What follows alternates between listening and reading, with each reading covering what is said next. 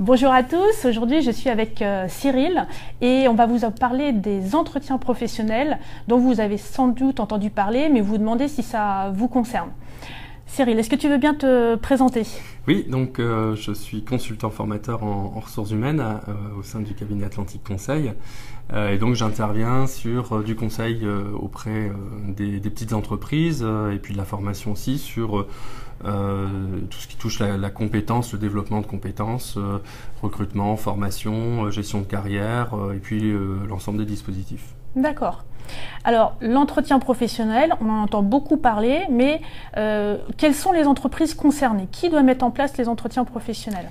Alors, toutes les entreprises sont concernées à partir du moment où on a un salarié. D'accord. Tous les secteurs d'activité sont concernés. Donc voilà, c'est vraiment toutes les entreprises. Et ça existe depuis quand? Alors, ça existe depuis mars 2014, donc tous les 2 ans pour les salariés qui étaient présents en mars 2014. Très bien, donc l'entretien professionnel, c'est obligatoire pour toutes les entreprises dès lors qu'on a un salarié et on doit le faire tous les 2 ans. Qu'est-ce qui se passe si on ne le fait pas? Qu'est-ce qu'on risque? Alors le risque pour les entreprises de plus de 50 salariés, c'est d'avoir un abondement obligatoire, grosso modo de l'ordre de 3 000 € par salarié, surtout s'il ne s'est rien passé pendant 6 ans en termes de formation.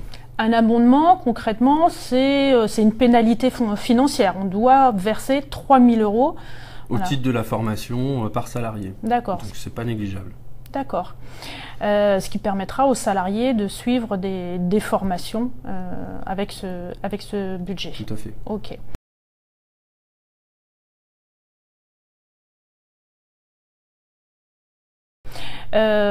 Et qui contrôle ça? Qui surveille que les entretiens pro sont bien faits, que le salarié a eu droit à des formations? Alors les OPCA, les organismes paritaires par branche qui collectent les fonds de formation et qui du coup contrôlent l'état de la formation dans chaque entreprise.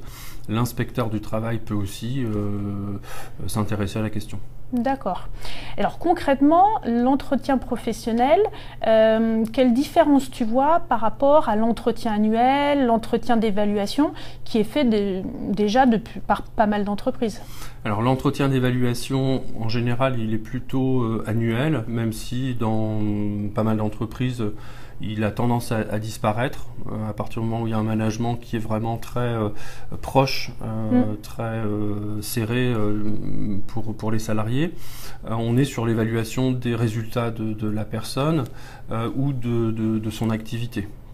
L'entretien professionnel est davantage sur les perspectives d'évolution de la personne dans l'entreprise ou en dehors, donc sur l'employabilité et les compétences et les besoins en développement de compétences et donc la formation. D'accord. Alors les perspectives professionnelles du salarié en dehors de l'entreprise, ça ne va pas forcément intéresser l'employeur. L'employeur, ce qu'il voit, ce qui l'intéresse, c'est l'évolution du salarié dans son entreprise, mais il n'a pas forcément envie qu'il parte en fait. Mais toutes les entreprises, effectivement, préfèrent, lorsque c'est des bons éléments, garder les salariés. Cela dit, elles sont aussi intéressées par le fait de trouver des salariés lorsqu'elles recrutent et qu'elles cherchent des nouvelles compétences. Elles apprécient avoir des salariés formés, employables, sans avoir besoin de les former.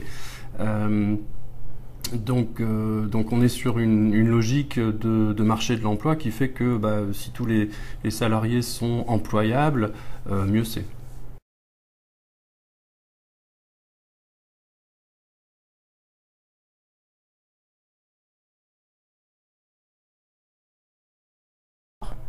Très bien. Merci beaucoup pour ces réponses, pour ces conseils. Si vous avez d'autres questions sur l'entretien professionnel, je vous invite à noter vos questions dans les commentaires et on vous retrouve dans une prochaine vidéo pour voir concrètement comment on met en œuvre l'entretien professionnel dans son entreprise. Merci, à bientôt.